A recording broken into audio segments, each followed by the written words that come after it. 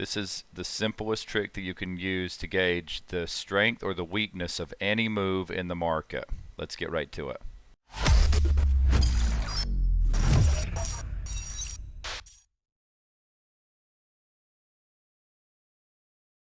Okay, on my chart here, you're going to see that I have the S&P 500 on the left and the NASDAQ 100 on the right. And what I'm going to show you is on the move down this morning, if you look on the look on the S&P chart on the left, and what you're going to notice is it came down, it held this is our beginning range basically. If the market's strong, we don't want to break this. So we were on buy side because we knew we had targets higher for Friday that hadn't been achieved yet. So we knew that it was likely we were going to see another big move up. So if the market's strong, we don't want to break this 51.32. So 51.32 holds to the tick just before the open of the U.S. session. And then look at how the ES moves up, and you can follow along over on the NASDAQ. So ES is now, notice ES is above the green line and above the purple line, and NASDAQ hasn't even gotten back to the purple line. And then I want you to notice something on the pullback. So notice how when the ES pulls back to yellow, notice how NASDAQ is all the way back at the lows from the morning. It was all the way way back over in like this area. So one of the other things to point out is that when NASDAQ at the open, ES made a move up and NASDAQ made a much bigger move down. So it would have been the equivalent of like ES came back to here and NASDAQ came back down like into here. So basically it would have been the equivalent of the ES coming down into this 32 or 33 area, the kind of move that we saw over here on NASDAQ. So pretty good clue that this market wasn't very strong, and it's going to be really hard to have a big runaway day where the S&P moves 50 or 100 points and have the NASDAQ be stalled out. Now, the NASDAQ could have come around and at some point gotten on board, but as you notice if we go through the day, that never ever happened. You can see they came back up, they held the green line several times, and eventually came down. Notice the pullback. Look at the difference in the pullback. ES pulls back to green. So NASDAQ can't get above green. ES pulls back to green. NASDAQ's putting in a new daily low, which was still okay at the time because we had this level down here, but so still okay at the time. But so ES pulls back to green. NASDAQ's putting in a new low. ES moves way into new high territory. The previous high at this point was like 48 and some change or something. So it moves way into new high territory, and look where the NASDAQ gets to. It gets back to purple. So if you're thinking the S&P is going to run away and this is some kind of a crazy runaway market, it's not, because you're not going to get that kind of a move while NASDAQ, look at where these are in relation to each other. The ES is 14 points above the purple line and the NASDAQ's hitting up against it. And then this is the absolute telltale sign. Now watch this for when I'm trying to spot tops or bottoms or catch the reversal on a really big move. Watch what happens with these two markets. So ES is going to make another little pop up. It's going to pull back. It's really nice right now. So NASDAQ could come around. It could pop up. But look what happens. ES makes a new high. So it makes a new high here. Makes a new high on this candle. New high on that candle. And NASDAQ is holding the purple line within one tick. The purple line's 45.75. The high is 46. The high is 46. So it held the purple line within one tick and could not get back above there. And then what followed was this huge move down. Even still here, this is wild because the purple line still had a really big reaction off of ES. There was still like 6 or 7 points of profit in that if you took it off the purple line, if you got long there. And then what happened? So the telltale sign, the real giveaway was, so there were a number of things that were happening. NASDAQ was weak this morning. If we go back and we look at it and we see ES was making this move up, NASDAQ was actually making its way down. So if we could measure these, we'd actually see a divergence, and we'd see the one ES moving up, NASDAQ moving down, that's not going to be able to last. So eventually these markets are going to have to come around to get on the same page, and they're going to, really need to move. So, and then when ES finally made this big rally and big pop and then tried again, NASDAQ really held it down, and that purple line, whoever put that on the chart, that really stopped it, and that just held things up. And so we went from 345, we'll call it, 100 points down, and I don't think it's quite done yet. I don't know that it's going to be low enough. We'll have to see how. It shouldn't be low enough. We'll have to see how the overnight plays out. But there's still targets for higher, and there's no problem with any of those right now. Like, this scenario has not been ruined. We're just back in the daily range on the S&P. NASDAQ is just a little bit weaker. So NASDAQ will have to come around.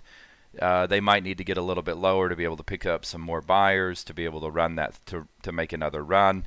Nothing unusual, but this is a thing that I look at a lot. I watch these two markets. I watch the S&P and the NASDAQ together, and I see how do they do together, and what is the market, what does it really look like?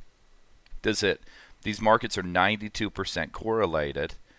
Are they moving together? They should be. If one's making a new high, the other should be making a new high. So they don't always do that perfectly, but they come around together and they get in sync eventually. And today that was never happening.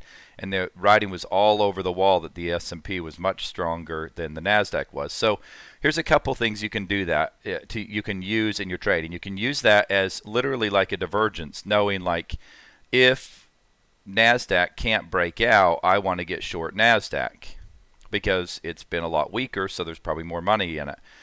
From a buyer's perspective, if I'm buying, certainly I don't want to be holding if NASDAQ can't get up above its purple line. So that's one thing on that. The other thing is that if I'm a buyer and the S&P is stronger, well, do I want to buy the S&P or do I want to buy the NASDAQ? I want to buy whatever's stronger. So in this case, I'd want to be buying the S&P in the morning because I'm anticipating that there's a bigger move that's going to happen on the S&P. So now there's a caveat to that, and the caveat is if NASDAQ is going to come around and actually get stronger, then there's a really good opportunity to get in on NASDAQ because it's basically been on sell all morning. But from a longer term perspective, if this move would have continued to move through here, yes, NASDAQ would have been a better deal. And still, obviously, we can measure. So if we measure off of here, I'll just do the math real quick. It's from 40 up to, we'll just call it 56. And we'll call this 270 up to 345. So from basically what we're looking at is we want the NASDAQ to move 2.5 times more than what the S&P moves. So the S&P moves off of 39 up to 56. And so if I'm doing some math here. So that's 17 points. And one of the reasons why NASDAQ is so great if you can actually get it right and when it's really moving nicely. So NASDAQ actually made a huge rip off of this level. So to move the same dollar amount as the S&P from here to here, NASDAQ only needed to move about 40 points, 42.5 points. It moved 75. So really big rip. And that's why you can use that unless the market's breaking down and you're trying to buy and the market just keeps breaking down. You can use that to say, hey, NASDAQ's been on sell all morning. If this thing's going to pop, I might be able to make 2 times more money trading NASDAQ than if I did trading on the S&P. And so there's a couple of ways you can look at that. So I will use the S&P as an indicator. I'll say sometimes. NASDAQ is almost always going to move dollar for dollar. Not points, because the points are different, but dollar for dollar, NASDAQ almost always moves more than the S&P. So 2.5 times the movement. So that means if the S&P moves 10 points, NASDAQ needs to move 25 points just to have the same dollar for dollar movement if I have one contract on each market. So over here, if I buy on the ES, well, which is a better deal? NASDAQ's down here below its lows, and ES is up here hanging above its lows. So obviously it's a better deal to get in on NASDAQ because it's on sell. Now, here's the part you have to be tricky, or that can be a little bit tricky. Sometimes ES will be moving up, and NASDAQ will literally just keep moving down, and then ES will finally turn around and come back down there. So usually this goes further than you think it's going to go, and that can make it a little bit tricky. But if you're good at trading NASDAQ, and you might just be able to add that in on what you're already doing, and you know how to add that into your trading. So hopefully that's helpful and gives you a little bit of an indication of how can you start to look for some, either the markets are in sync and that could be a very good risk on day, or maybe they're really out of sync and there's a bunch of divergence and it's causing the markets to be very choppy. Or maybe one's breaking out and putting in a new all-time high and the other one is holding a level, a very important level within a tick. And so that can be very, very telling. So I had a trade Friday morning. The ES popped up to a level, NASDAQ popped up. NASDAQ held something like this, very important, and I covered my trade on the S&P. It never got to where I was originally trying to get to on that trade, but I covered it because of how the NASDAQ was behaving. And had I not covered it, it would have come back and got me out at break even.